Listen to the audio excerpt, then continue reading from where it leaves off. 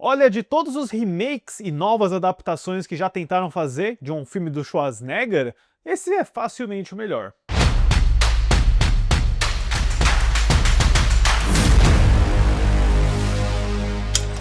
Olá, fãs da Sétima Arte, meu nome é Lucas Nascimento e esse é o Lucas Filmes, e hoje estou aqui para falar sobre O Sobrevivente, a versão de 2025 dirigida pelo Edgar Wright, que estreia na próxima semana. Mas antes vou pedir para você curtir esse vídeo, se inscrever no canal e ativar o sininho para não perder notificação dos próximos vídeos. Por incrível que pareça, essa é apenas a primeira vez que eu estou falando aqui no canal sobre o Edgar Wright, diretor britânico do qual eu gosto bastante. Ele fez algumas das comédias mais engraçadas que eu já vi. Eu adoro a trilogia do Corneto dele, formada pelo Todo Mundo Quase Morto, Chumbo Grosso, o Heróis de Ressaca, Scott Pilgrim, que é uma excelente adaptação de quadrinhos de 2010, o Baby Driver, claro, né, o Em Ritmo de Fuga, que eu acho super legal. Tem o Noite Passada em Sorro também, que eu admiro a tentativa de fazer um terrorzinho de Halo diferentão, mas não é exatamente o meu preferido dele. E agora ele tá retornando aí com o seu primeiro remake, né? A sua primeira nova adaptação de uma obra. O Edgar Wright insiste em dizer que esse filme não é um remake da obra de 1987 estrelada pelo Arnold Schwarzenegger, o que de fato não é. É uma adaptação mais fiel, que está olhando para o livro escrito por Stephen King sob o pseudônimo de Richard Bachman, o concorrente, mas isso mostra também que o Edgar Wright vinha de uma sucessão de ideias e projetos originais, todos eles dentro de gêneros. O Scott Pilgrim é uma adaptação de quadrinhos, mas ele é um filme totalmente na vibe dele. E o concorrente, né, o sobrevivente, na verdade, ele dá essa impressão quase de ser um projeto de operário, quase de ser o Edgar Wright tendo que mostrar que ele ainda sabe fazer o trabalho dele numa propriedade já estabelecida, porque o Noite Passada em Sorro, de fato, foi meio que um baque, saiu naquela rebarba da pandemia em 2021, tanto que demorou 4 anos para ele escolher o próximo projeto dele. Tem rumores também de que ele vai dirigir um novo Barbarella com a Sydney Sweeney, vamos ver se isso vai realmente acontecer. Mas o próprio Edgar Wright, né, curiosamente, já tinha dito em entrevistas antes que se tivesse um filme que ele faria um remake, ele respondeu o Sobrevivente, justamente porque ele era um grande fã do livro, ele tinha lido na época, ele já tinha ido atrás dos direitos, inclusive. Então a Paramount Pictures fecha esse novo projeto com produção do Simon Kinberg e roteiro do Michael Bacall em 2021, já fechando no ano seguinte o Edgar Wright para dirigir, numa produção que eu imagino que deva ter custado mais de 100 milhões de dólares, eu acho muito improvável que tenha vindo abaixo desse valor de orçamento. Glenn Powell foi escolhido como protagonista, eu imagino que a conexão dele na Paramount do Top Gun Maverick de 2022 tenha sido feita para fazer o Sobrevivente. Eu gosto do fato de que o Glenn Powell pediu a bênção do Schwarzenegger para adotar o papel. Tem um vídeo super legal onde o Schwarzenegger elogia o novo filme, né, que ele brinca com o fato de que o rosto dele está nas notas de dólares desse filme, e o filme teve suas filmagens inteiramente no Reino Unido, do final de 2024 até o primeiro trimestre de 2025,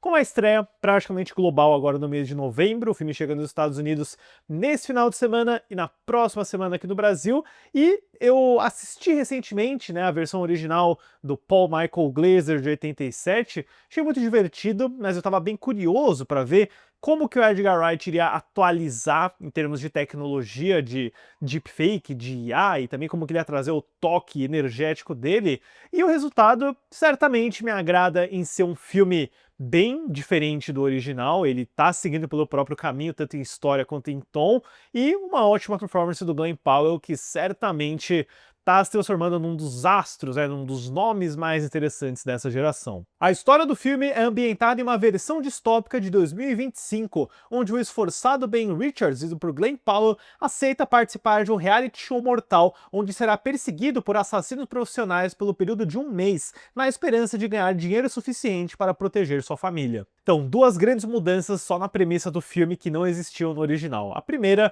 vem diretamente do livro, que é o fato de que o Ben Richards está entrando no programa do The Running Man para conseguir dinheiro para sustentar a esposa e a filha neném dele. Então esse daqui, ele vai mais na veia emocional. A esposa dele é vivida pela Jamie Lawton, que também estava no Pecadores esse ano, uma ótima atriz e cantora.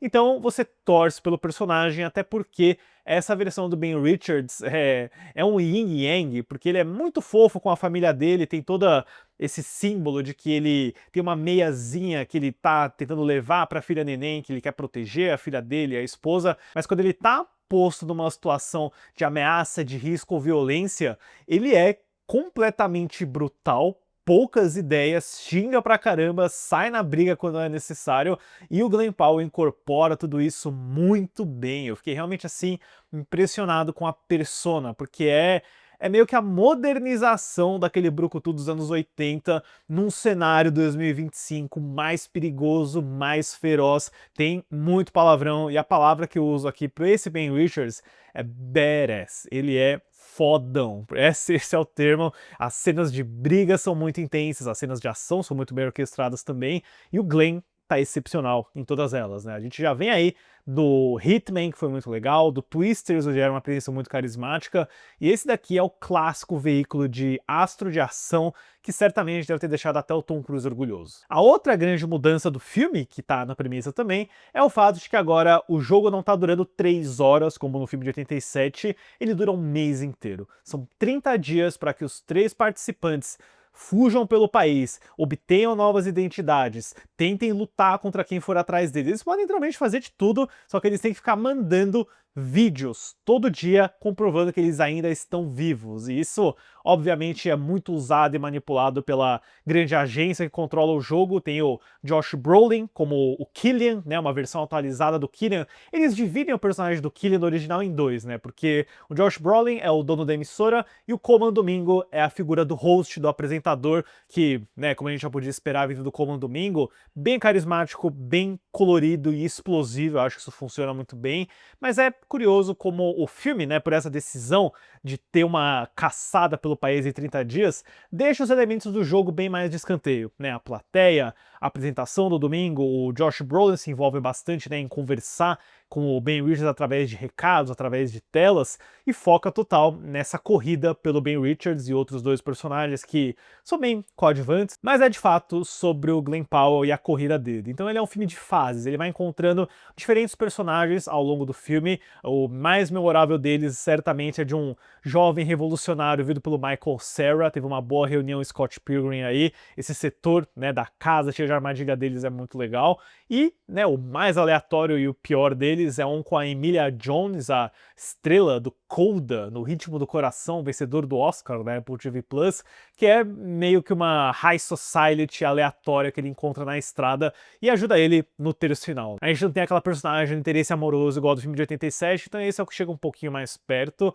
Então, como um filme de fases, ele é interessante. Eu acho que o roteiro do Michael Bacall se perde um pouco assim na quantidade de coisas que ele tá tentando dizer também, né? O filme de 87, ele era bem mais divertidão, bem mais fórmula. Esse daqui, ele tenta trazer mais alguns elementos, né, de como aquele mundo funciona, das relações de poder entre o pessoal da agência e o pessoal que assiste o programa, ao mesmo tempo em que eu acho que ele perde a oportunidade de explorar um pouquinho mais a questão da tecnologia e dos elementos do jogo. Porque nesse filme a gente não tem figuras tão cartunescas quanto o Sub-Zero, o Dynamo e o Buzzsaw. É um grupo de assassinos, né, que agora é liderado por um mascarado vindo pelo Lee Pace. Eu gosto que pelo menos ele tem uma máscara legal, né, uma máscara de infiltração. Você sente a ameaça deles com toda certeza, e o toque Edgar Wright é muito presente, porque as cenas de ação têm muita energia, tem velocidade, você sente aquela abordagem prática, sabe? Os efeitos visuais estão ali, mas você consegue sentir o trabalho de dublês, o trabalho de movimentação de câmera. É mais uma colaboração do Edgar Wright com o fotógrafo coreano Chung Chung-hoon, que, beleza, ele não tem aquelas cores vibrantes e explosivas do filme de 87, A Noite Azulada, Adeus, né? Mas eu acho que ele consegue fazer uma paleta que ao mesmo tempo é triste, desoladora, mas que tá nesse ritmo insano pelo montador Paul Maclise, que é um colaborador excepcional do Edgar Wright, e também do compositor Steven Price, que trouxe um tema muito legal pro personagem do Ben Richards, que parece um assovio. Aí eu imediatamente lembrei do Homem Sem Nome, do Clint Eastwood, então é quase como se fosse também uma atualização do tema do faroeste agora para um grande filme de ação numa perseguição por asfalto, prédios, túneis. E a grande maioria das sequências de ação aqui, pessoal, é muito divertida, é muito legal, você sente a inventividade. O Edgar Wright, ele sabe onde posicionar a câmera, ele sabe como tornar momentos badass, né, essa é a palavra, eu não consigo pensar uma palavra em português pra badass, fodão é o que chega mais perto, né, mas enfim, você sente que ele tá se divertindo e eu senti muito a conexão do Edgar Wright com o Glen Powell. Eu sinto que ele encontrou um ator que consegue responder aos tipos de coisa que ele gosta de fazer, ao tipo de adrenalina que você parte de um filme de Edgar Wright, mesmo que essa versão do Sobrevivente não seja um filme nível Chumbo Grosso ou Scott Pilgrim, sabe? Eu sinto que o Edgar Wright tá tentando se reencontrar, porque eu gosto muito do Baby Driver também, eu acho que o Baby Driver é um dos melhores filmes dele, com toda certeza. Esse daqui é um passo bom numa direção melhor, ainda mais levando em conta o Noite Passada em Sorro, principalmente pelas cenas de ação e pela figura do Glen Powell. E ainda mais, né, como um grande bônus aí, ser um remake, uma nova adaptação que consegue ser diferente do original, não melhor ou pior, eu diria até que os dois conseguem sobreviver juntos, mas conseguem encontrar boas novas ideias. Para O Sobrevivente de 2025, eu dou uma nota 7. Deixe nos comentários depois, pessoal, suas expectativas para esse novo Sobrevivente e seus filmes preferidos da carreira do Edgar Wright. Certo, pessoal? Obrigado pela visita e até a próxima sessão.